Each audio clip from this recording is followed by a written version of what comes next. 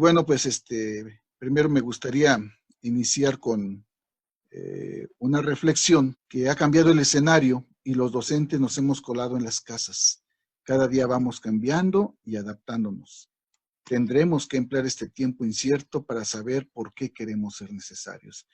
Bueno, quiero iniciar a partir de algunos planteamientos que me vienen a la mente en este nuevo escenario, y el primero de ellos tiene que ver con nosotros, cómo nos encontramos anímica y emocionalmente. Y esto es para mí muy importante en el sentido de saber cómo estoy, de hacer una introspección y saber cómo estoy en lo personal, en lo familiar, porque esto desde luego que influye también en lo laboral. Y bueno, si no estoy bien anímica y emocionalmente, pues desde luego que mi desempeño docente ante esta situación de contingencia, pues no será el que todos esperamos. En ese sentido, bueno,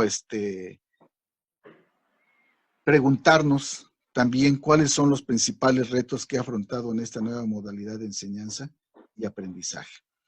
Y bueno, creo que retos, algunos similares, pero estos van a ser muy, muy diversos de acuerdo al contexto en el que vivamos cada uno de nosotros. No son los mismos retos si vivimos en una zona urbana, que en una zona conurbada, que en los llamados cinturones de miseria, en una zona rural, en una ranchería. Tendrán que ser muy distintas las condiciones y en consecuencia los retos que estamos afrontando. Y bueno, y por último, a partir de esta reflexión de carácter personal de nosotros como docentes, preguntarse cómo se encuentran anímica y emocionalmente mis alumnos. Porque bueno, ese es el punto más importante del trabajo docente que tenemos que reflexionar. ¿Cómo están ellos? ¿Cómo están sus familias? Sabemos que todos vivimos en una situación de crisis económica, millones de familias viven en pobreza o en pobreza extrema, y esto desde luego que afecta a las niñas y a los niños y adolescentes que asisten a nuestra escuela. Entonces, bueno, en ese sentido, pues tendremos que revisar muy particularmente qué están pasando en su situación personal cada uno de estos actores. Y para ello me permití, con base en el semáforo sanitario, hacer uno propio para tratar de vislumbrar qué es lo que esperamos, el ideal, y qué es lo que en realidad estamos viviendo, ¿no? Nuestra realidad es muy compleja y desafortunadamente no siempre en las situaciones que nosotros necesitamos o deseamos para el trabajo docente. Y bueno, a raíz de ello, establecer dos principios que vamos a marcar todo el trabajo que vamos a realizar el día de hoy. La empatía y flexibilidad ante las circunstancias tan complejas por las cuales estamos atravesando. Y bueno, todos quisiéramos que nuestros niños estuvieran en semáforo verde en el sentido de recibir un apoyo adecuado de parte de las madres, padres de familia. Ese es nuestro ideal. Ese es el ideal, ¿no? Que haya un apoyo adecuado, y que los chicos estén en semáforo verde, pero lamentablemente son los menos. Hablando en términos de realidad, la mayor parte se encuentra en amarillo, en semáforo amarillo, y son los niños, nuestros alumnos, que reciben un apoyo reducido de parte de las madres, padres de familia. Entonces, en ese sentido, tenemos que tener esta consideración que parte o un alto porcentaje están con estas características y que no van a tener los resultados que nosotros deseamos. En semáforo naranja, bueno, que también es un alto porcentaje, se encuentra los niños que tienen carencia de apoyo de parte de sus padres, y en semáforo rojo, y muy lamentable, pero hay que decir las cosas, ¿no? Como son. Niños y niñas, adolescentes que sufren maltrato, vejaciones de parte de sus propias familias.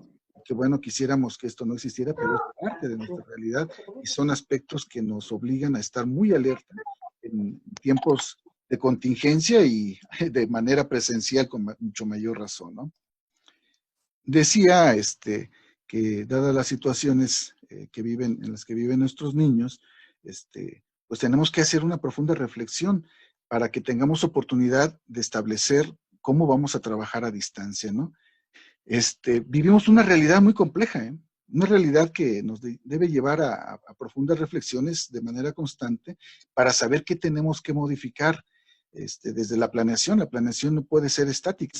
Seguramente, al inicio de este ciclo escolar, en cada una de sus escuelas, en su consejo técnico de zona, hicieron alguna reflexión en torno a algo que hemos heredado de una fuerte tradición escolar y que tiene que ver con que prestamos más atención al desarrollo de las habilidades cognitivas y motrices que al desarrollo social.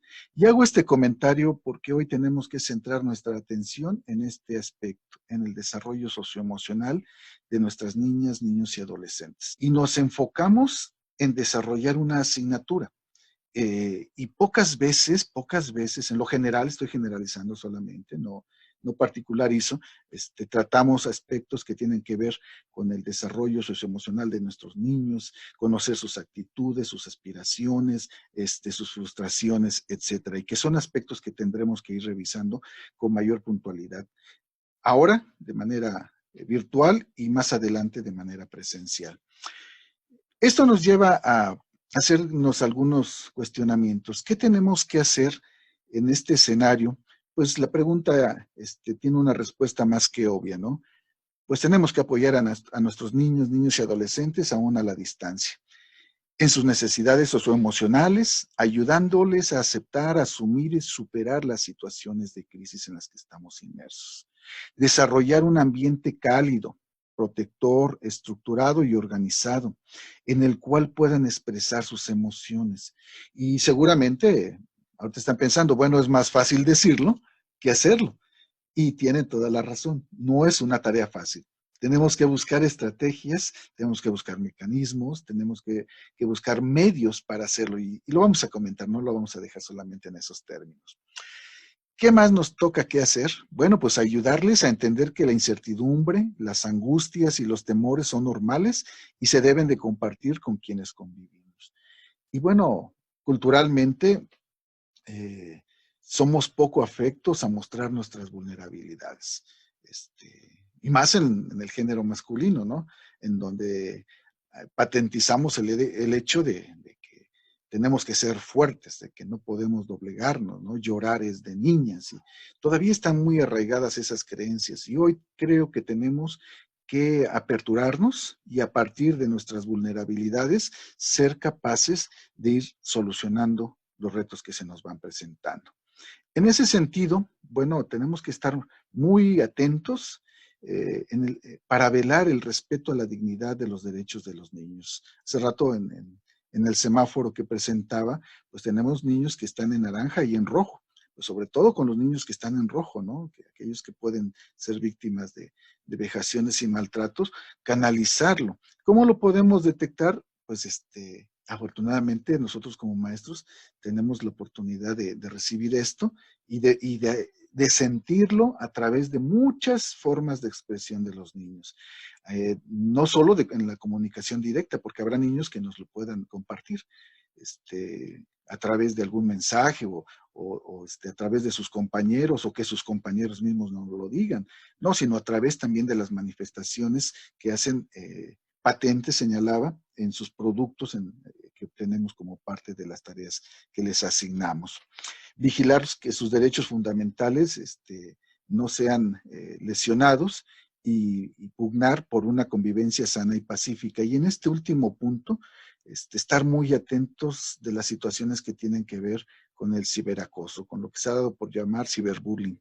Es una situación muy lamentable por la que están atravesando muchos niños, que ya ahora no de manera presencial, sino a través de los medios de comunicación a distancia, que son víctimas de este tipo de ataques por parte de otros. Hay que poner reglas muy claras. Es un principio pedagógico, lo vamos a revisar más puntualmente en unos minutos.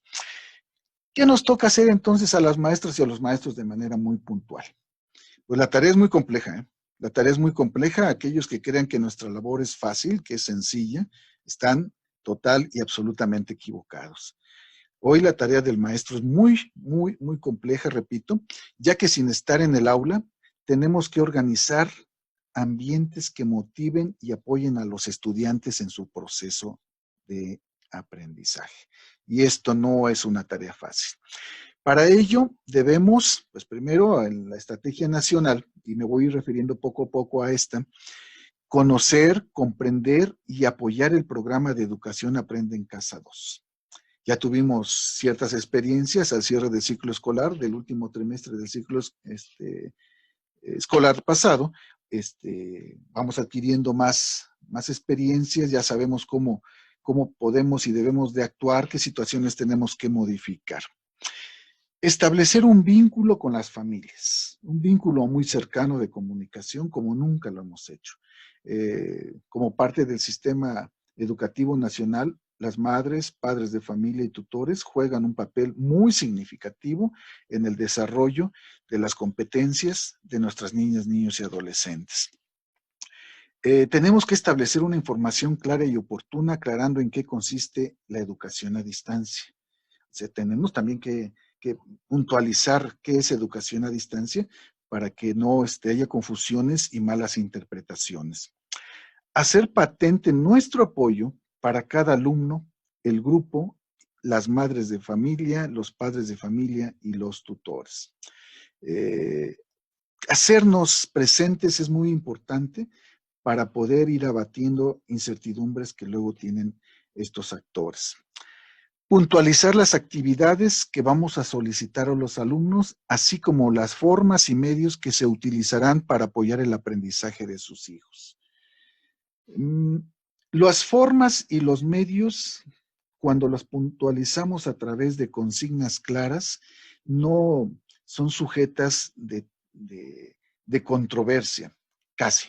Y lo señalo porque hay aún los casos en que podamos decir con toda puntualidad, establezcamos una excelente consigna y quedan dudas, ¿no? Que tienen que ver con la interpretación que a veces se les da a una consigna, ya sea por escrito o verbal, ¿no?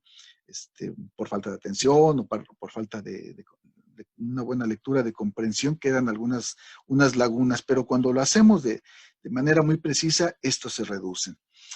Organizar y planificar, además de integrar los tiempos que se brindará al acompañamiento y asesoría de los alumnos. Y ojo con este punto, están resaltados así con amarillita, porque es muy importante. Establecer y respetar los acuerdos en la medida de lo posible. Establecer empatía considerando las necesidades e intereses de cada uno de los estudiantes. Reconocer las condiciones del contexto y las circunstancias de los alumnos y sus familias. Y estos puntos son de suma trascendencia, sobre todo para nosotros. Porque, bueno, es muy común escuchar a nuestros compañeros maestros, nosotros mismos, que son las 10, 11 de la noche y el papá o la mamá están hablando porque el hijo no le entendió la tarea y tienen dudas, ¿no? Quieren resolver alguna situación que tiene que ver con algún trabajo escolar y pues nosotros también tenemos necesidades personales. O sea, tenemos que establecer a través de acuerdos los tiempos en los que vamos a ofrecer este acompañamiento.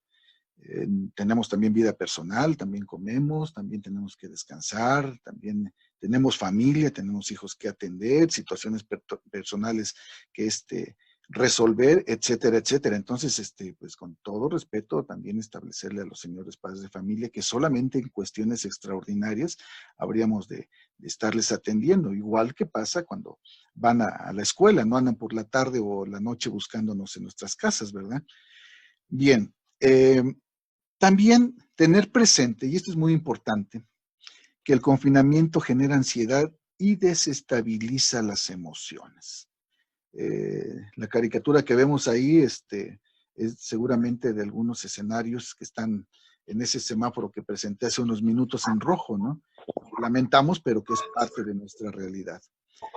Además, y esto hay que dejarlo muy claro, un exceso de tareas no hace que el alumno aprenda más, sino que termine odiando el estudio. No es tiempo, maestros, tenemos que ser muy cautos en este sentido. Es acompañamiento pedagógico a la distancia. No es dejarles unas cantidades exorbitantes de tarea a los chicos para que vean que sí trabajo. No, no tenemos necesidad de ello, ¿eh? Los padres y madres de familia deben de entender que tanto presencial como la distancia, el trabajo que realizamos es muy profesional. Bien, comentaba, es parte importantísima del trabajo que realizamos el acompañamiento a distancia. El acompañamiento implica realizar una planeación didáctica diferente. No podemos trabajar con las planeaciones didácticas con las que veníamos desarrollando nuestras actividades. Hoy tenemos que reflexionar la necesidad de una planeación didáctica que tenga como punto de partida lo que se presenta en los programas de televisión. Organizar con nuestro colectivo docente escolar una red de trabajo colaborativo a distancia que nos permita mantenernos comunicados, vinculados e informados. Además, y quiero resaltar este punto, hasta hace algunos meses, pues no había la necesidad de tener una formación en el uso de las tecnologías tan fuerte. Hoy es un reclamo, dadas las circunstancias por las cuales estamos atravesando, el hecho de tener que fortalecer nuestras competencias en el uso de las TICAD. Yo creo que ya no estaría sujeto ni siquiera a discusión. Esto es parte de la necesidad de una nueva realidad. Revisado, analizado el escenario que hemos venido presentando aún de manera muy sucinta, sí resaltar el hecho de que tenemos que tener mucha flexibilidad y un término que está aquí resaltado, empatía ante las circunstancias. Hoy, dadas las circunstancias propias que vivimos, tenemos que evitar denigrar, y está resaltado, a costa de todo, evitar denigrar o disminuir la confianza de los estudiantes en sí mismos. Tenemos que hacer de los errores de nuestros alumnos verdaderas oportunidades de aprendizaje. Y aquí ya estamos hablando de retroalimentación, de evaluación con un enfoque formativo. Vamos a ir entrando en terreno poco a poco. Tenemos sí que alentar en cada educando el máximo de su potencial y el mayor de sus esfuerzos. Esa es tarea fundamental. Tenemos que poner en práctica, por lo tanto, estrategias para acompañarlos en su proceso de alcanzar las expectativas de ellos, de sus padres y desde luego de nosotros, propiciando ambientes de aprendizaje cuyo objetivo sea identificar y fomentar los intereses personales y las motivaciones intrínsecas de los alumnos. Hoy no solamente tenemos y debemos que recurrir a la motivación extrínseca. Yo muy respetuosamente me permito sugerirles a todos mis compañeros maestros de manera permanente que no les digamos a los chicos que si no le echan ganas en la escuela, si no le ponen atención a mi asignatura, pues van a reprobar o no van a obtener los resultados que esperamos. Eso ya se hace socialmente, desde la casa, tengan por seguro que las madres, padres de familia, se los dicen, y es una situación más que obvia si no le ponemos interés, si no le echamos ganas, como de manera coloquial decimos, pues no vamos a obtener los resultados que esperamos, ¿no? Entonces, pues no tiene mucho sentido estárselos reforzando en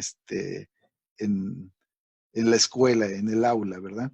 Entonces, en ese sentido, pues sí, reitero, vamos a explotar la motivación intrínseca de nuestros alumnos. Bien.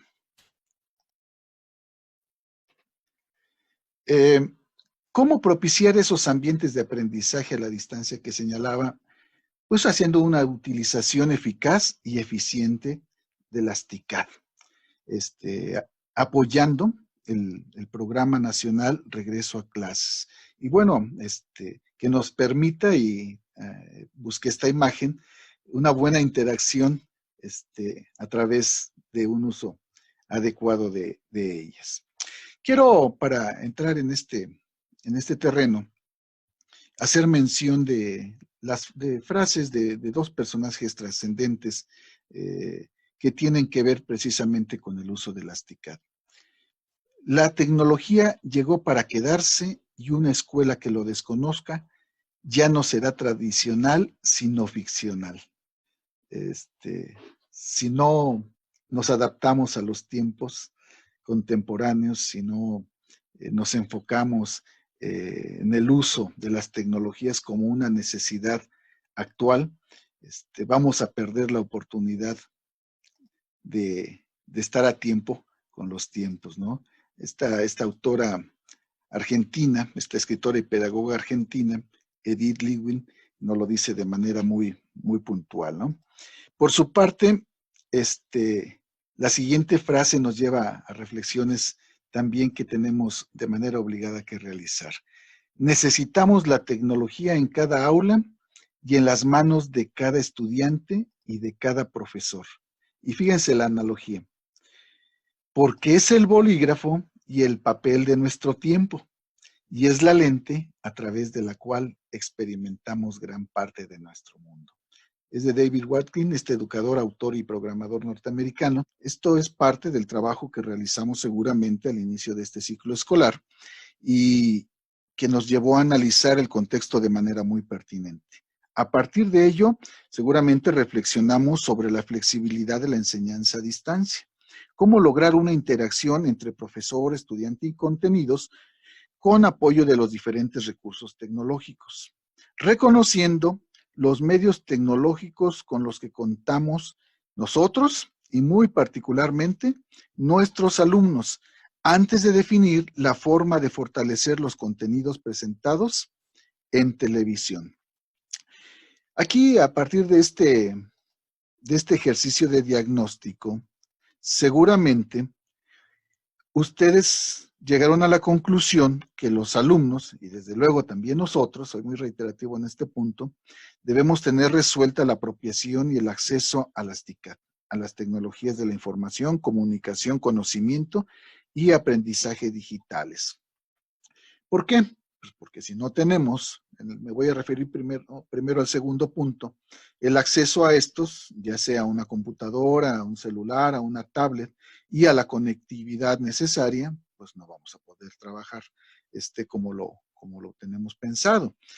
Pero por otra parte, si no tenemos la apropiación, es decir, si no tengo los conocimientos necesarios para poder desempeñarme eficaz y eficientemente en el uso de las TICAD, pues voy a tener problemas a la hora de querer desarrollar una enseñanza a la distancia.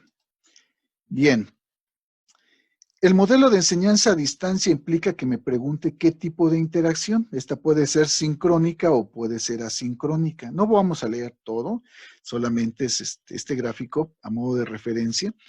Cada una de estas dos modalidades tiene una forma diferente de comunicación.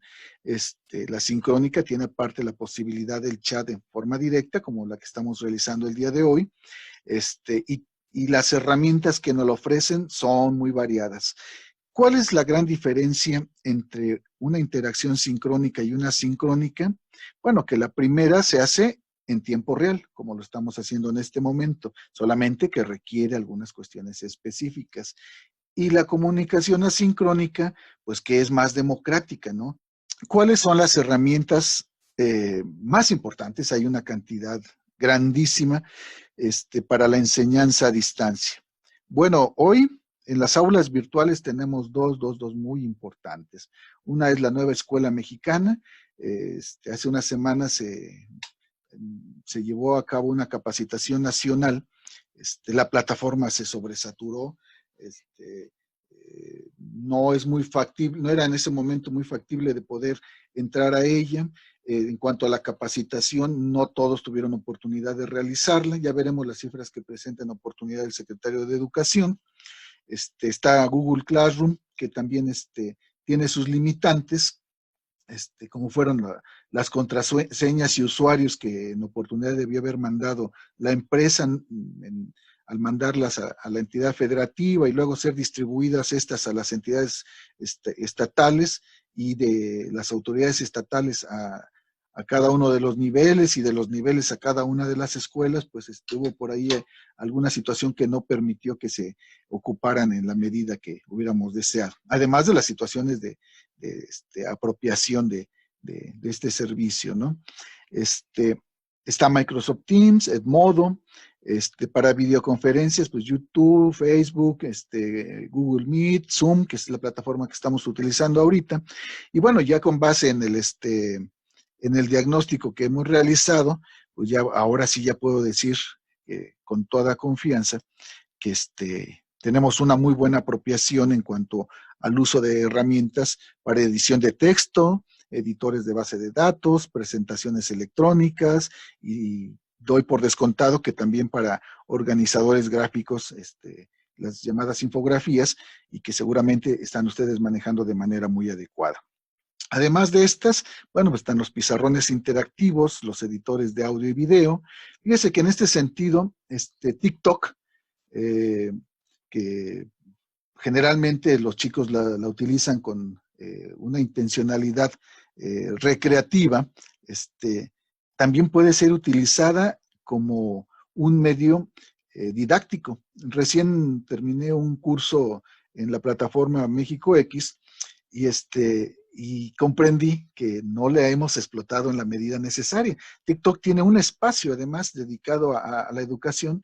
Es un curso creo que de 20 horas, muy elemental, pero que bueno, nos posibilita de poder utilizar este recurso. El software libre para la educación, ya muchas escuelas utilizan Moodle, Chamilo, Blender, etcétera. Y bueno, hoy que los chicos tienen la oportunidad y la necesidad, sobre todo, de estar frente a un dispositivo electrónico, bueno, podemos pedirles, como parte de las sugerencias que vamos a ir realizando a lo largo de esta exposición, que nos presenten su historia de vida o algún otro trabajo de carácter escolar, en, a través de la realización de, de un cómic. Y bueno, ahí están algunas de las plataformas que nos pueden ser de apoyo. Y bueno, hoy tenemos que entender que si estamos trabajando a la distancia y aún cuando regresemos a la situación de carácter presencial o en un modelo mixto, al que se le ha dado por llamar híbrido, que a mí no me gusta mucho el término, pero bueno, en este modelo híbrido, podríamos utilizar herramientas de ludificación o gamificación. Estas son extraordinarias porque les permiten a los chicos estar interactuando de manera inmediata, recibir sus resultados, por ejemplo, en Kahoot, ¿no? Sí es de invertirle tiempo, estar haciendo cada uno de los Kahoot, de los quiz, para que los resuelvan los chicos, pero de manera inmediata ellos están recibiendo información, sobre los resultados que obtuvieron al resolver uno de estos quiz. Abordar la evaluación y retroalimentación desde un enfoque formativo ante una nueva realidad, pues es un muy buen claro y ejemplo de que debemos en colectivo pensar y repensar qué es lo que he venido haciendo, qué es lo que estoy haciendo y en qué lo voy a culminar de manera cíclica. Porque ya realicé un diagnóstico, pero el diagnóstico inicial no es solamente una vez al año. Este diagnóstico lo tenemos que tener presente en cada momento para saber qué tanto hemos avanzado, ya seamos nosotros como maestros o nuestros alumnos en el trabajo en las actividades que les corresponden. En cuanto a los aspectos de planeación, bueno, hoy se le van sumando a una serie de adjetivos, ¿no? Hoy nos hablan que necesitamos una planeación personalizada, situada, contextualizada, inclusiva, y que en el mejor de los casos solamente tiene que ver con situaciones de moda, permítame este término, porque en realidad pues todos estos son elementos y características de la planeación didáctica. Por su parte, en cuanto a la evaluación y retroalimentación, hoy pareciera ser que nos mueve un poco el piso el hecho de que nos solicitan que tenga un enfoque formativo. Y bueno, este enfoque ha estado ahí en el escenario del terreno de la pedagogía y particularmente de la didáctica desde hace muchos años. Vamos a entrar en materia y hacer algunas reflexiones en torno a ello. Bueno, todo inicia, todo proyecto, toda clase, toda actividad debe de iniciar siempre con un buen diagnóstico. Y hoy a la distancia, este diagnóstico nos implica que sea principalmente de carácter individual y desde luego grupal.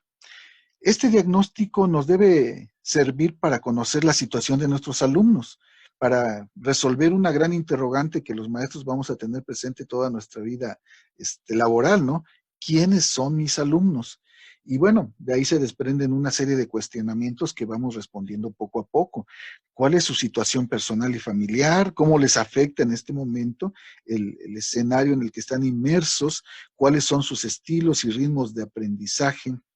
Que en lo personal, a mí no me gusta mucho el concepto de estilos, porque lo encasillamos solamente en un modelo explicativo, que es el de programación neurolingüística, que nos dice que, si, que somos mayoritariamente kinestésicos o auditivos o visuales. Y estos son canales de sensopercepción, canales de aprendizaje, pero no es el único modelo explicativo. Hay muchísimos modelos que nos permiten entender los estilos. Los estilos tienen que ver con las formas de aprendizaje y hay tantos estilos de aprendizaje como niños tengamos en un aula. ¿Qué logros y dificultades se observan en su proceso de aprendizaje? ¿Cuál es su nivel socioeconómico familiar? ¿A qué tipo de familia pertenecen? Y solamente utilicé una estructura muy básica, si vienen de una familia nuclear, extensa o monoparental. Ya rompiendo con los tabúes de antaño que decían que si los padres eran divorciados, la familia era disfuncional, o puede ser disfuncional aun cuando sea nuclear o extensa, ¿no? No tiene que ver con esta clasificación, y el conocer de dónde vienen mis alumnos tiene que ver más con la situación de saber el tipo de apoyo que pudieran tener, el tipo de cuidado, si se queda alguien al frente de ellos, porque si es una familia monoparental y se va a trabajar la mamá o el papá, y el niño o la niña o el adolescente se quedan solos en el trabajo que tienen que realizar. ¿Cuál es la preparación académica de la madre, padre o de familia o tutor? Y bueno, ya lo comentaba hace rato cuando presenté el semáforo correspondiente, porque pues a todos nos gustaría que nuestros alumnos tuvieran un adecuado acompañamiento y apoyo por parte de ellos. Este diagnóstico pues tiene que echar mano de ciertos instrumentos que permitan identificar las fortalezas y áreas de oportunidad de nuestros alumnos. Y en esta parte ya estamos trabajando retroalimentación, evaluación formativa. El diagnóstico también debe servir para establecer, a partir de diferentes recursos complementarios entre sí, que permitan emitir juicios de valor. Y eso es precisamente una evaluación, ¿no? La emisión de un cierto juicio de valor, lo más aproximado a la realidad. Bien, voy a tomar como referente el Plan y Programas de Estudio 2017, también voy a comentar un poco sobre el 2011. Y bueno, el primer punto que quiero mencionar es que cada programa de estudio es un recurso fundamental para orientar la planeación, organización y evaluación de los procesos de aprendizaje de cada asignatura. El propósito de los programas de estudio, y lo señalo, porque luego buscamos en otras fuentes y tenemos este recurso que es el más importante para nosotros como maestros. Así los maestros pues tenemos que conocer a cabalidad nuestro plan y particularmente nuestro programa de estudio, ya que nos permite guiar, acompañar y orientar nuestro trabajo para que nuestros alumnos alcancen los aprendizajes esperados. Todos los programas de estudio tienen básicamente la misma estructura. Tienen una descripción, señalan los propósitos generales, los específicos por nivel educativo, de manera muy puntual establecen el enfoque pedagógico de cada asignatura, porque no es lo mismo enseñar español que enseñar educación física, que enseñar biología, que enseñar historia o matemáticas. Describen los organizadores curriculares, hay un apartado en donde se señalan las orientaciones didácticas, las sugerencias de evaluación, la dosificación de aprendizajes esperados, los aprendizajes esperados por grado escolar, y yo creo que este programa 2017 es de los mejores que hemos tenido, ha superado todos los anteriores. Se establecen de manera muy clara las orientaciones didácticas y sugerencias de evaluación, además de que hace un comparativo entre el programa 2011 y el actual programa 2017 en este apartado que se llama evolución curricular. Bueno, en el plan de estudios, por su parte, se establecen los principios pedagógicos. No me voy a detener ni siquiera a leer cada uno de ellos, nosotros los conocemos. En el modelo 2011 eran 8, ahora son 14, pero sí resaltar algunos aspectos, por ejemplo, en el principio pedagógico 8. En el plan de estudios 2011 estaban disgregados por una parte la planeación y por otra la evaluación. En este modelo, bueno, ya tenemos la oportunidad de entender la evaluación como un proceso relacionado con la planeación del aprendizaje. Y bueno, esto nos abre un nuevo escenario y una serie de nuevas alternativas para el trabajo docente que tenemos que realizar. Este principio pedagógico señala que la evaluación parte de la planeación, forma parte de la secuencia didáctica y que la evaluación del aprendizaje considera 4 variables: las situaciones didácticas, las actividades del estudiante, los contenidos y, muy importante, la reflexión de nuestra propia práctica docente.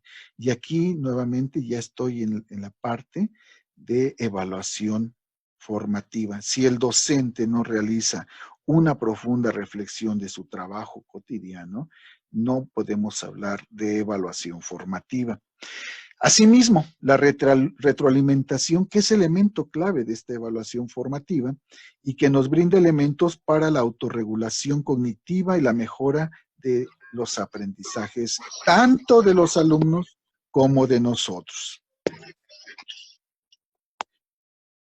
Bien, sintetizando, la planeación y evaluación de los aprendizajes implica vincular el diagnóstico del grupo, el enfoque de la asignatura, los aprendizajes esperados y otros elementos curriculares.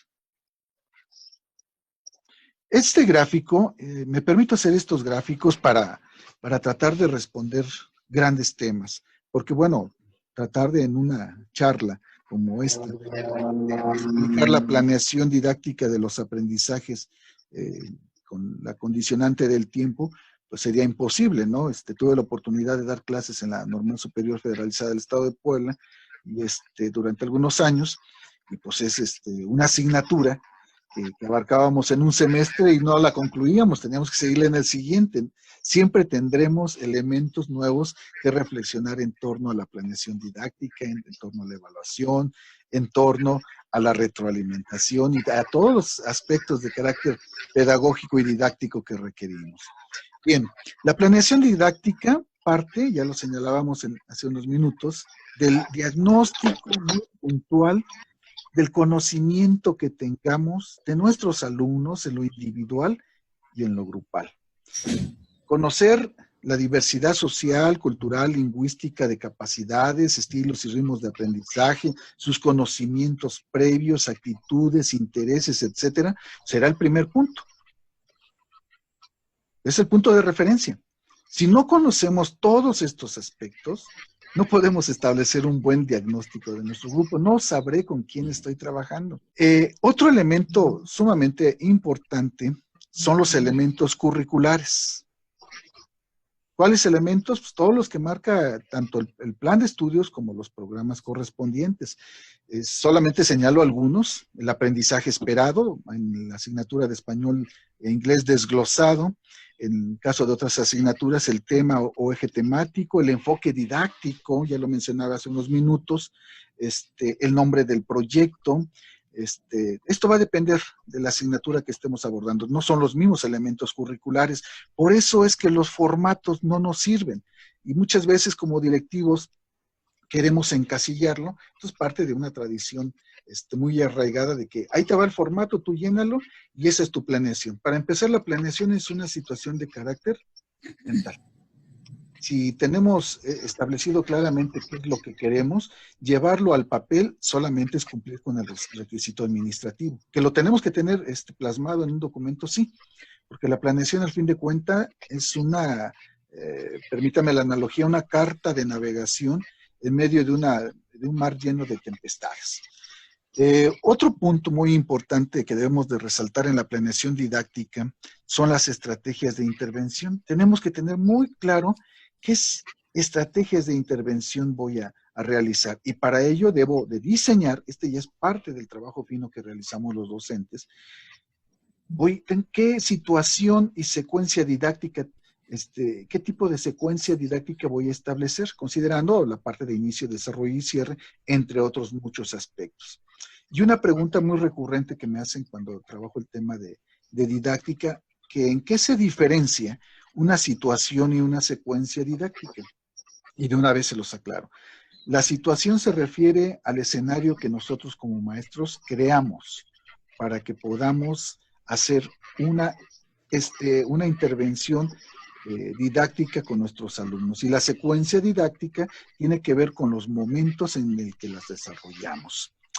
En cuanto a las estrategias de evaluación, que sería el último punto de los que aquí tenemos establecidos en el presente gráfico, bueno, pues tenemos que considerar una planeación que tenga un enfoque formativo en cuanto a la evaluación se refiere. Establecer los tipos y momentos de evaluación. La evaluación diagnóstica, la evaluación de desarrollo y la evaluación sumativa o de cierre, así como las técnicas para la obtención de evidencia. El Plan de Estudios 2017 señala, y lo voy a leer textual, como ocurre en toda planeación, la puesta en práctica puede diferir de lo que originalmente hemos planeado, porque en el proceso de enseñanza hay contingencias que no siempre se pueden prever. Y nosotros hoy estamos en una contingencia. Está previsto en el plan en el plan de estudios, ¿eh? Una contingencia puede ser cualquier situación que altere lo que de manera cotidiana estamos realizando. Hoy estamos en una gran contingencia y bueno, nos está diciendo que lo que planeamos seguramente va a diferir de lo que originalmente, o va a diferir en cuanto a los resultados que obtengamos en su implementación. Se aspira a la participación de todos y cada uno de nuestros alumnos. Pero esto no es posible, maestros. No es factible ni de manera presencial ni de manera virtual. Pero esto no debe ser motivo para desalentar al profesor ni desencantarlo del proceso de la planeación. Es obligado que realicemos una planeación si queremos llegar a buen puerto. Bien, la planeación de los aprendizajes implica, y sobre todo en estos momentos de contingencia, diseñar algunas actividades útiles y factibles de realizar en forma autónoma por parte de nuestros alumnos, con el propósito de reforzar la comprensión, alimentar la curiosidad y la capacidad de investigación, tomando en cuenta por parte de nosotros siempre los recursos de los que disponen. ¿Sugerencias? Hay muchísimas. Voy a hacer énfasis solamente en algunas, para que no tenga la necesidad o la situación de que pueda coartar la creatividad y la imaginación de ustedes, que creo que son dos características que nos deben de ser inherentes a los docentes en nuestro desempeño profesional. La lectura diaria de textos literarios o informativos, es decir, de todo tipo de textos. Sin que sea una tarea obligada y que con motivos de evaluación, sí la constante invitación. Y hoy que tienen la oportunidad de descargar un libro en PDF en la internet o de que nosotros se los podamos proporcionar, pues bueno, es muy factible de que podamos hacer esta lectura diaria, ¿no? Es parte de las actividades específicas de todas las asignaturas. Bien, caracterizar aspectos históricos y sociales. Y esta caracterización después llevarla a un producto, puede ser un audio que ellos puedan establecer entre sus compañeros a la distancia o entre ellos y algún familiar, y que lo presenten en algún formato, no solo de audio, sino puede ser en video, ¿no? Y caracterizar no quiere decir que salgan y compren los materiales para hacer una vestimenta de un momento histórico, por ejemplo, de la independencia, que nos queramos verlos como Hidalgo o Allende, ¿no? Sino que caractericen al personaje en cuestión. Escribir o dibujar su historia de vida, y hace rato comentaba la posibilidad de usar alguna herramienta para que realicen un cómic, una historieta. Interpretar imágenes, símbolos o lenguaje no verbal. Esa es una posibilidad que debemos de tener como seres humanos. Hoy tenemos tantos símbolos, tantas imágenes no verbales y que luego no sabemos qué significan a cabalidad. Tenemos una idea remota, ¿no? Pero es un muy buen ejercicio. elaborar líneas de tiempo y esquemas cronológicos, dibujar croquis o mapas mentales, leer y analizar noticias de periódicos y revistas, resolver desafíos matemáticos, redactar textos libres, que no estén condicionados más que por el hecho de que tengan la oportunidad de manifestar lo que ellos quieran. Lluvias de ideas cuando tengamos escenarios como estos, a micrófono abierto, ¿no?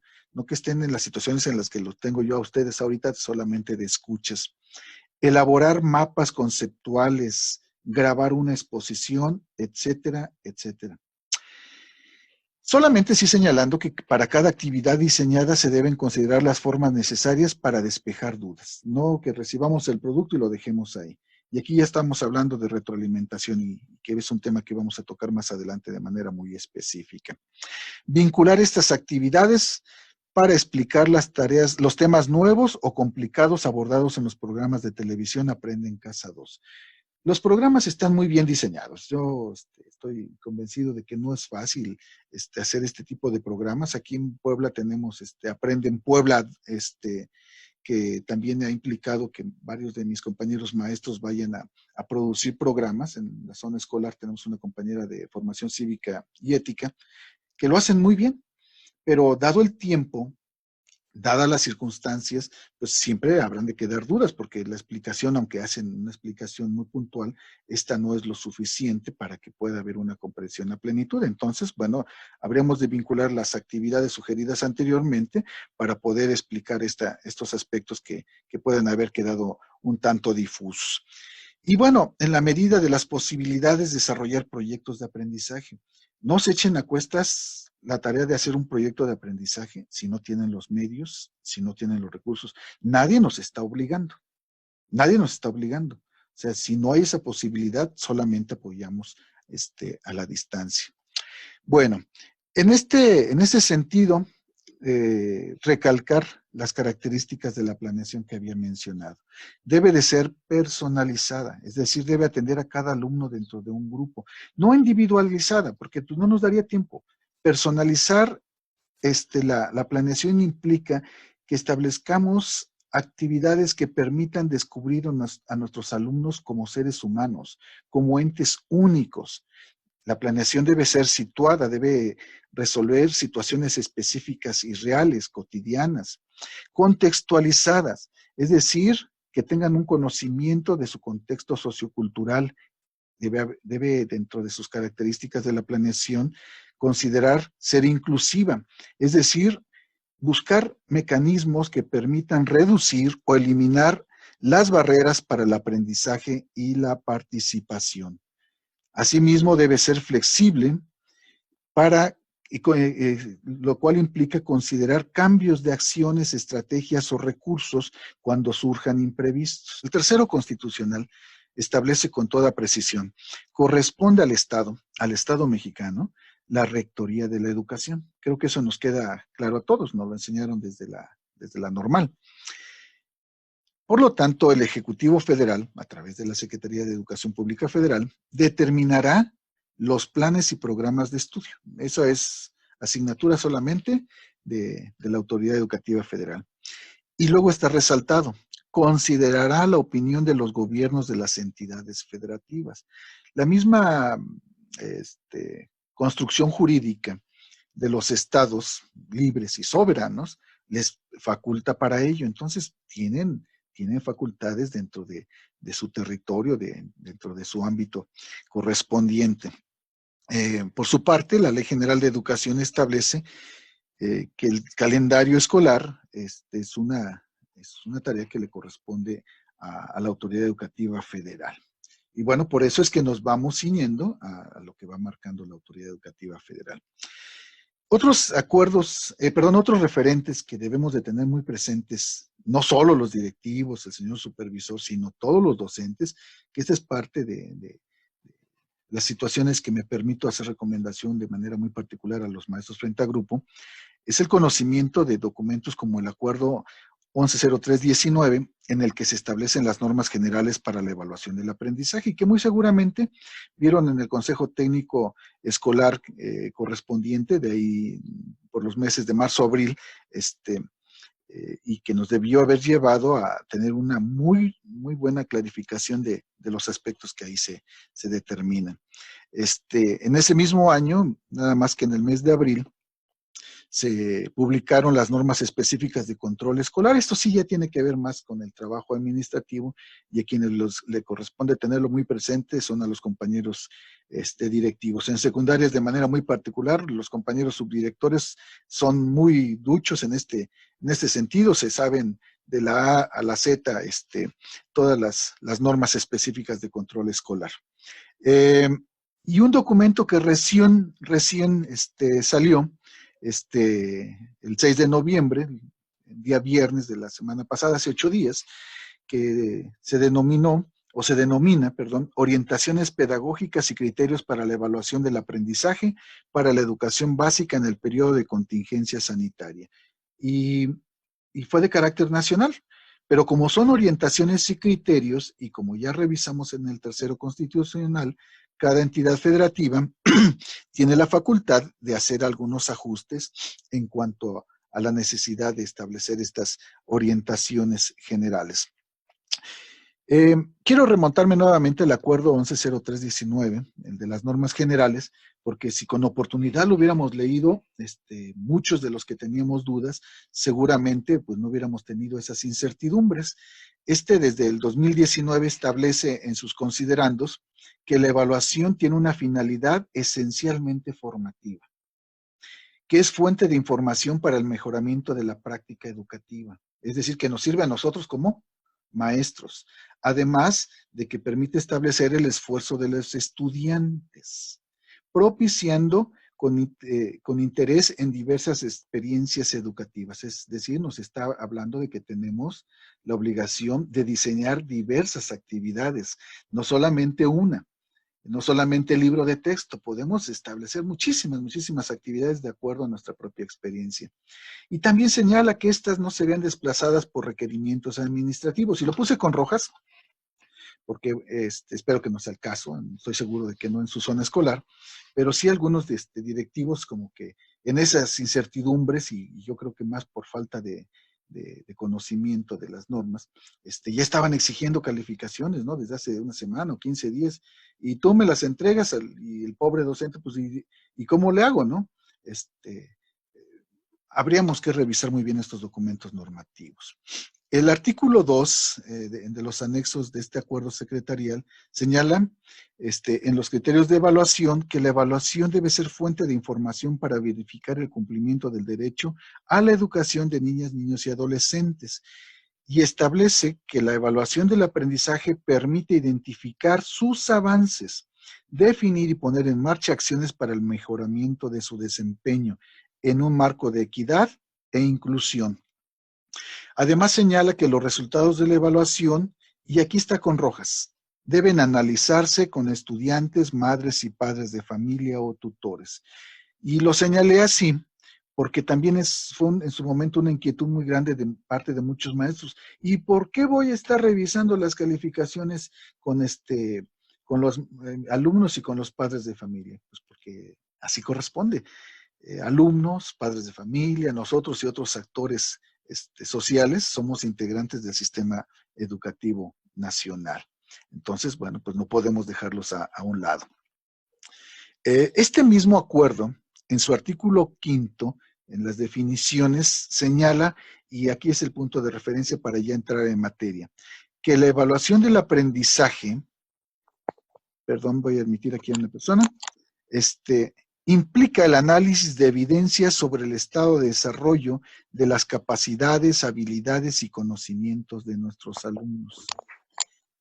Que los resultados de la evaluación deben permitir tomar decisiones sobre los mejores modos de continuar un proceso educativo, así como señalar diversas maneras de evaluarlos. Y establece una definición para que ya podamos arrancar y cerrar este trabajo. La evaluación formativa es un proceso en el cual docentes y educandos comparten metas de aprendizaje y evalúan de manera permanente sus avances. Comparten metas de aprendizaje y evalúan de manera permanente sus avances. a través de la obtención variada de evidencias. O sea, aquí ya está muy claramente establecido qué es la evaluación y qué es la evaluación formativa. Voy a echar mano, seguramente quienes ya tienen algunos años de servicio, recordarán este gráfico, ¿no? Que nos hablaba de que habríamos de poner la evaluación al centro con un sentido de aprendizaje, evaluar para aprender, que la evaluación habría de tener un enfoque formativo y que la evaluación nos habría de servir para informar de los resultados y poder retroalimentar. Eso está establecido desde el Plan de Estudios 2011 y se empezó a considerar desde hace mucho más tiempo, ¿no? En algún otro espacio comentaba que este acercamiento lo tuvimos por allá de la década de los 90 con María Antonia Casanova, esta extraordinaria mujer española dedicada a la enseñanza. Ya desde el 2011, en el programa de estudios se señalaba que una calificación sin propuestas de mejora resulta insuficiente e inapropiada para mejorar el desempeño y que la evaluación formativa debe de promover, obtener evidencias. Tenemos que tener muchas evidencias para que podamos hacer una evaluación en estos términos. Y brindar, y está resaltado, retroalimentación a los alumnos que les permita participar en el mejoramiento de su desempeño. Si no se involucran ellos a través de un proceso de retroalimentación, les aseguro que no va a haber mejoramiento de su desempeño. Solamente estos aspectos. Bueno, siguen entrando algunos otros compañeros. Aquí la maestra Irma. Bueno, tomo de la guía del primer Consejo Técnico Escolar Ordinario las siguientes consideraciones.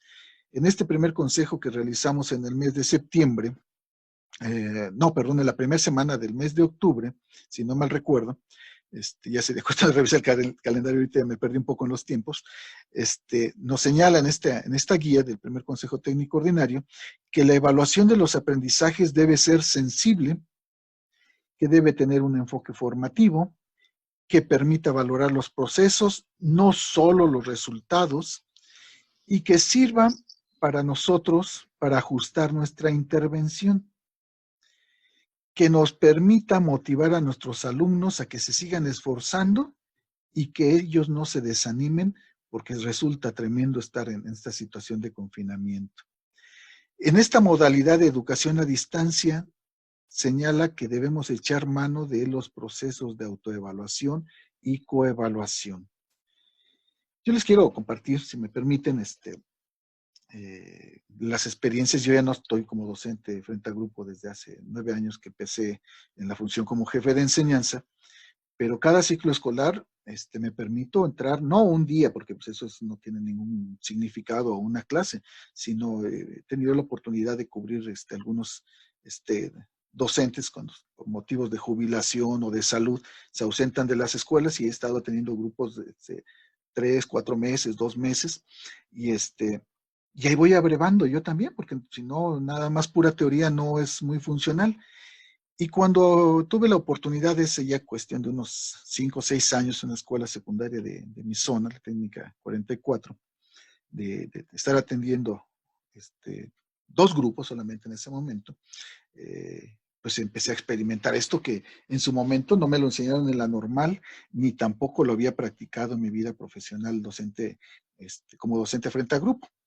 Y estábamos viendo un programa, programa de radio, mi asignatura en español, y al concluir, les dije, voy a impulsar un proceso de autoevaluación y coevaluación. Estructuré una rúbrica para evaluar el producto final, que era precisamente la exposición de un programa de radio. Hicimos la cabina y lo que hacemos los maestros de español, ¿no? Hice mi cabina y a un costado proyecté la rúbrica de evaluación para que ellos mismos, en un proceso de coevaluación, evaluaran a sus pares. Y al término de ello, pues hiciéramos el asentamiento de una calificación. La verdad es que yo esperaba que los muchachos fueran poco fiables en los resultados que iba yo a obtener. Y la verdad, el que se llevó la sorpresa fui yo. Los muchachos, cuando les permitimos este tipo de acciones, se comportan de una manera admirable. La verdad, le agradezco mucho a la señora directora de esta institución, a la maestra Elsa Rivera de la Rosa, que además la invité en su momento para que fuera a ver parte del trabajo y de la experiencia que estaba recabando. Los chicos se comportaron a la altura. Es más, tengo una anécdota muy importante para mí, en el sentido del jefe de grupo, un muchachito que era líder ahí de este grupo, y por algún motivo se puso nervioso y su trabajo no, era el conductor del programa de radio, no salió como se pretendía. Entonces había evaluación del equipo y también evaluación de cada uno de los participantes del mismo. Pero sus compañeros dijeron, no, lo hizo muy bien, y le pusieron en su nivel de desempeño muy bien y le tocó un 9, si no me recuerdo. Y el niño se sonrojó mucho y me pidió el uso de la palabra y me dice, maestro, ¿me permite? No acepto la calificación. Dice, porque no me salió bien. Usted dijo que íbamos a hacer también autoevaluación. Yo les agradezco a mis compañeros, pero no me salió bien. Yo creo que si somos honestos, un 6 o un 5, si usted considera, es lo que me toca. Y aquí viene la parte de retroalimentación real. Le dije, recuerdo muy claramente, por esta situación de reflexión que has realizado, te voy a poner una mejor calificación que la que estás señalando. Lo mereces porque realmente hiciste una introspección del trabajo que hiciste y eso es muy valioso. Ahí está el aprendizaje real. Bueno, termino esta anécdota y con el comentario de que debemos darnos la oportunidad de experimentar con las distintas modalidades de evaluación. Ante los retos que implicó en su momento realizar un trabajo a distancia, bueno, me fue obligado a hacer un modelo de enseñanza que me permitiera primero a mí poderme explicar qué es lo que teníamos que hacer como maestros en el trabajo cotidiano. Este modelo es un modelo explicativo que espero pueda permitir a través de una representación gráfica observar de manera visual sintética la estrategia regreso a clases Aprende en Casa 2. Debe ser entendido como una reconstrucción de la información disponible, de lo que las autoridades educativas nos han dado como información con respecto a él, y pretende explicar de manera puntual la realidad observable, producto de la información que han brindado nuestras autoridades educativas, tanto federal como locales. Y señalo con mucha puntualidad que en caso de existir nuevas indicaciones se deberán hacer los ajustes pertinentes. Este es el modelo que me permití diseñar. Está bastante, en una primera vista, complejo, no lo es. Son aspectos que nosotros conocemos muy bien. Y bueno, como decía al inicio, todo parte de un buen diagnóstico, particularmente en estos momentos de manera individual y desde luego grupal, en donde con base en los aprendizajes esperados, el enfoque de la asignatura, las clases por televisión que se están proyectando en este modelo, el libro de texto, podamos nosotros desarrollar una planeación y una evaluación. En cuanto a la planeación, bueno, señalo que ya sea un proyecto, una clase, el desarrollo de un tema, pues tenemos que considerar las etapas diagnóstica o inicial, la permanente, formativa o procesual, y la sumativa o acumulativa. Esta planeación y evaluación, seguramente ustedes ya lo han considerado, implican una serie de actividades que se deben centrar en el aprendizaje, en donde participamos docente con nuestros alumnos. A ellos, bueno, les toca desarrollar sus conocimientos, habilidades, valores, contextualizados en este momento al entorno y a las situaciones actuales. Tiene que ser apoyado, este es nuestro ideal. Permítame, utilizo una nueva conjugación del verbo, tendría que ser apoyado por su madre, padre o tutor, para que ellos puedan realizar actividades reflexionando sobre su proceso de aprendizaje y recibiendo acompañamiento por parte del docente. Un acompañamiento no solo pedagógico, sino también de carácter emocional. Tenemos que decirles de manera constante, esta es una situación transitoria, échale ganas, tú puedes, vamos a salir juntos y avante de los retos que estamos afrontando y vamos a hacerlo de manera conjunta. Me tienes a tu lado, y soy seguro que en medida de las posibilidades el apoyo de tus papás también se hará patente. Como docentes, pues tenemos que tener una nueva forma de percibir a la planeación. Tenemos que diseñar actividades y brindar acompañamiento pedagógico a la distancia a través de una interacción sincrónica o asincrónica que permita en este momento, al cierre de este primer periodo, evaluar y retroalimentar y que nos lleve a nosotros como maestros a una reflexión muy profunda de nuestra intervención pedagógica. ¿Qué fue lo que hicimos? ¿Qué nos falta por hacer? ¿Qué podemos modificar? Etcétera. Por lo tanto, el papel tradicional del maestro ya no tiene cabida, ni de manera presencial y mucho menos en esta nueva forma de trabajo virtual. El maestro o los maestros nos tenemos que percibir, nos tenemos que entender como mediadores, motivadores y acompañantes, en el desarrollo de conocimientos, habilidades y valores de nuestros alumnos, para poder fortalecer la enseñanza a distancia con una modalidad, ya señalaba, virtual sincrónica o virtual asincrónica. Este es un modelo explicativo y solamente tiene esa intención. Eh, He realizado este gráfico sobre el proceso de evaluación desde hace ya bastante tiempo. Lo he ido modificando, lo he ido adecuando. Tiene todos los componentes de la evaluación y creo que cumple con el requisito de ser un gráfico que señala el proceso de evaluación desde un enfoque formativo. Y esto se da porque debemos de plantearnos algunos cuestionamientos a resolver. ¿Qué evaluar? ¿Qué es lo que evaluamos? Desde un enfoque competencial, pues evaluamos conocimientos, habilidades, actitudes y valores a partir de ciertos productos e evidencias que obtenemos. ¿Cómo evaluamos? Pues en correspondencia con la planeación didáctica, ya lo habíamos comentado hace rato. ¿Con base en qué? En los aprendizajes esperados, mediante la coevaluación, la autoevaluación y la heteroevaluación, considerando que las dos primeras serán realizadas por los alumnos y la tercera por el profesor, señalando o con base, en el enfoque de la asignatura y los aprendizajes clave. Ahora, ¿cuándo debemos de evaluar? Pues en las diversas fases de una secuencia didáctica, ya en la parte inicial, en la formativa o en la acumulativa.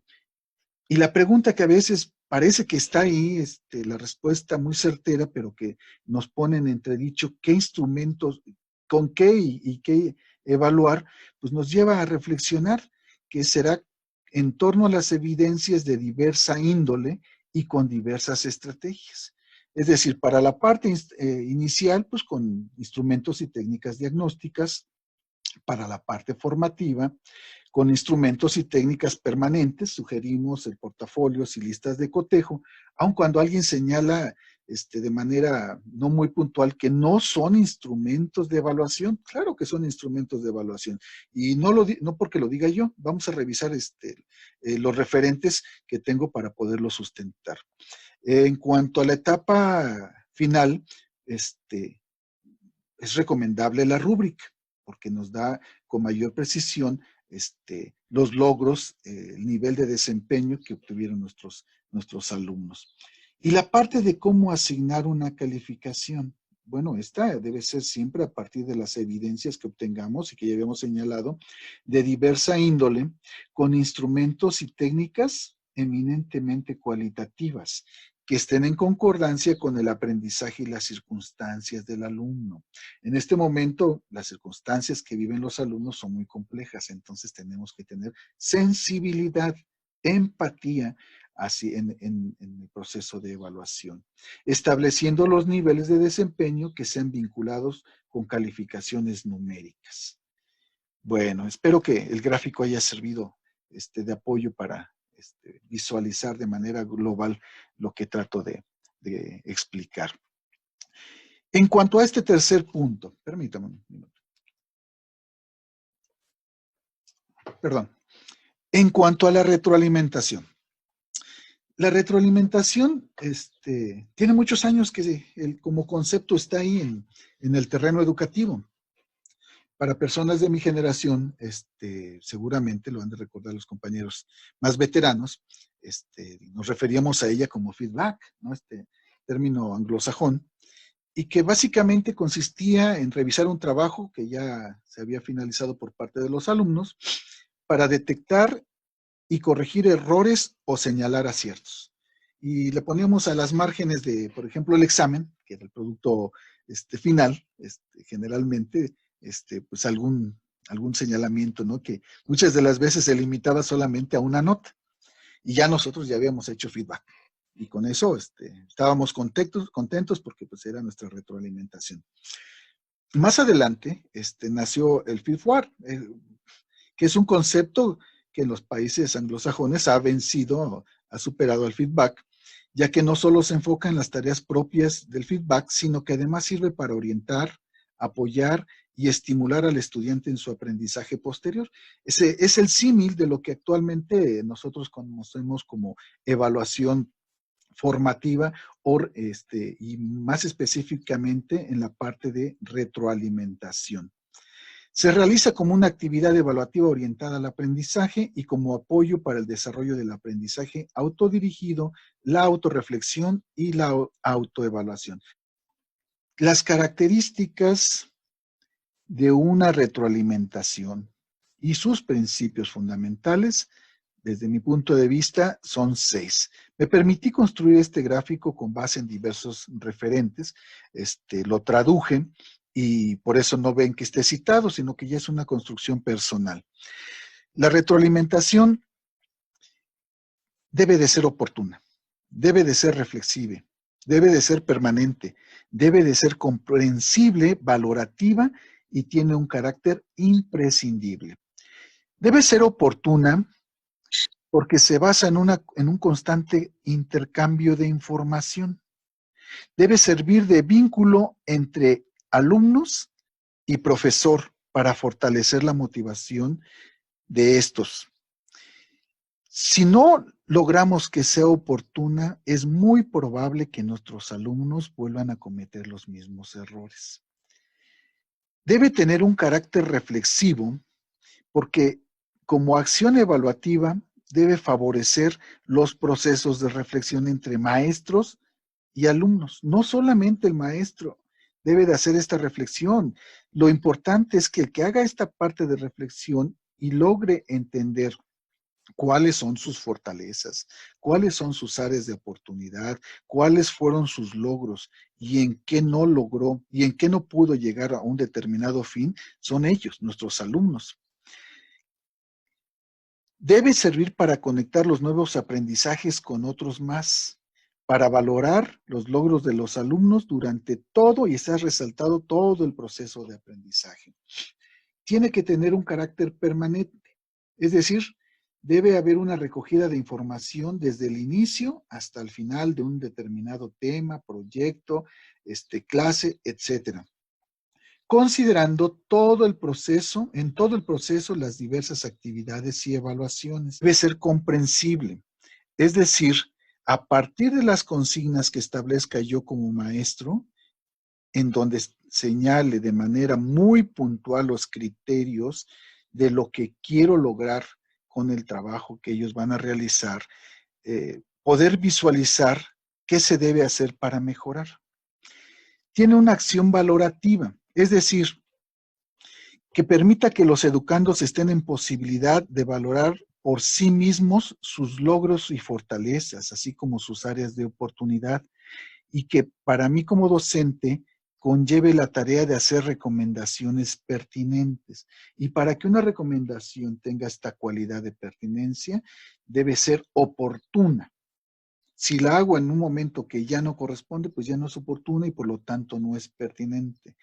Que sea muy puntual, que le diga, mira, con toda puntualidad te señalo, hiciste muy bien esto, esto, esto y esto, pero esto en definitivamente no te salió como esperábamos. Lo que tendríamos que hacer es esto y esto y esto. Hacer una serie de recomendaciones muy claras y específicas. Y sobre todo, establecer que tener errores no es una fatalidad, sino que es una oportunidad de contar con un aprendizaje.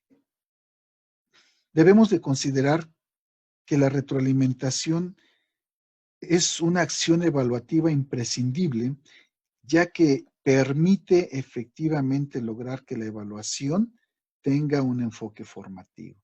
El siguiente gráfico establece en qué consiste la retroalimentación, que es muy elemental, pero bueno, por un lado está el maestro y por el otro los alumnos.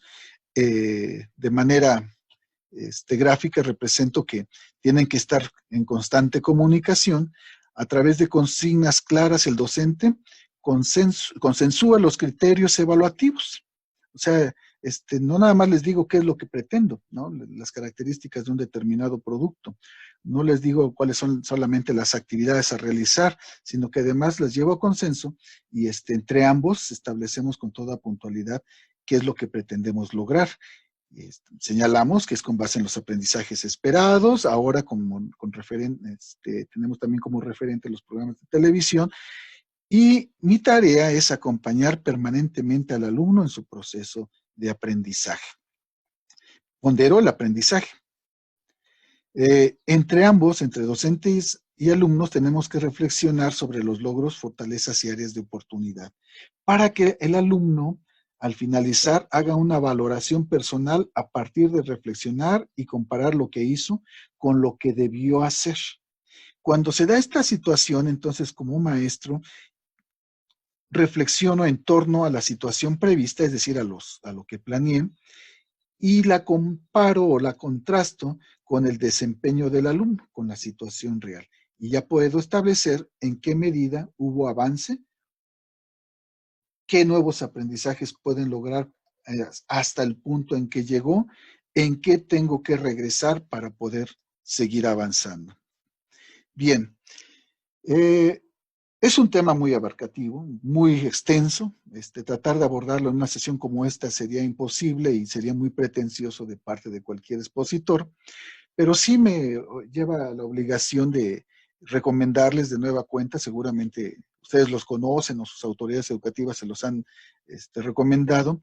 Hay que estar de manera constante revisando esta serie de materiales. Ya tiene 2 sexenios, cuando menos, esta serie de herramientas para la evaluación. Los 4 tomos son los que les recomiendo: el enfoque formativo de la evaluación durante el ciclo escolar, los elementos del currículo en el contexto del enfoque formativo de la evaluación y las estrategias e instrumentos de evaluación desde un enfoque formativo.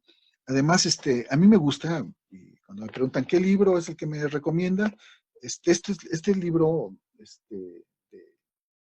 de Ravela, no sé si lo alcancen a ver, Cómo mejorar la evaluación en el aula, es un extraordinario referente, amén de cualquier otro libro que sea contemporáneo en esta asignatura. Bueno, y ya para concluir, solamente señalar que ya a estas alturas ya no podemos tener excusas de cómo vamos a evaluar el primer trimestre, ¿no? Ya las autoridades, tanto federal como locales, a partir de las orientaciones pedagógicas y criterios para la evaluación del aprendizaje para la educación básica, en el periodo de contingencia sanitaria, que fue publicado, ya lo había mencionado con anterioridad, el 6 de noviembre, pues nos están diciendo qué es lo que tenemos que hacer, ¿no? Nos dieron algunas orientaciones pedagógicas, entre ellas dar prioridad a la función formativa de la evaluación, que ha sido el tema de reunión de esta actividad, indagar en diversas fuentes para obtener información sobre el aprendizaje y estrategias complementarias, que ya lo señalamos, valorar los avances a partir de los puntos de partida de cada educando, que lo acabo de mencionar, considerar las condiciones específicas en las que se desenvuelve cada alumno en el periodo de contingencia sanitaria, asignar calificaciones solamente en los casos donde el maestro cuente con información suficiente. Si no tenemos referentes, pues no podemos establecer una calificación, ni podemos reprobar a todos. No tengo información, 5. No, pues no sería justo, ¿no? Sería una cuestión fuera de toda razón.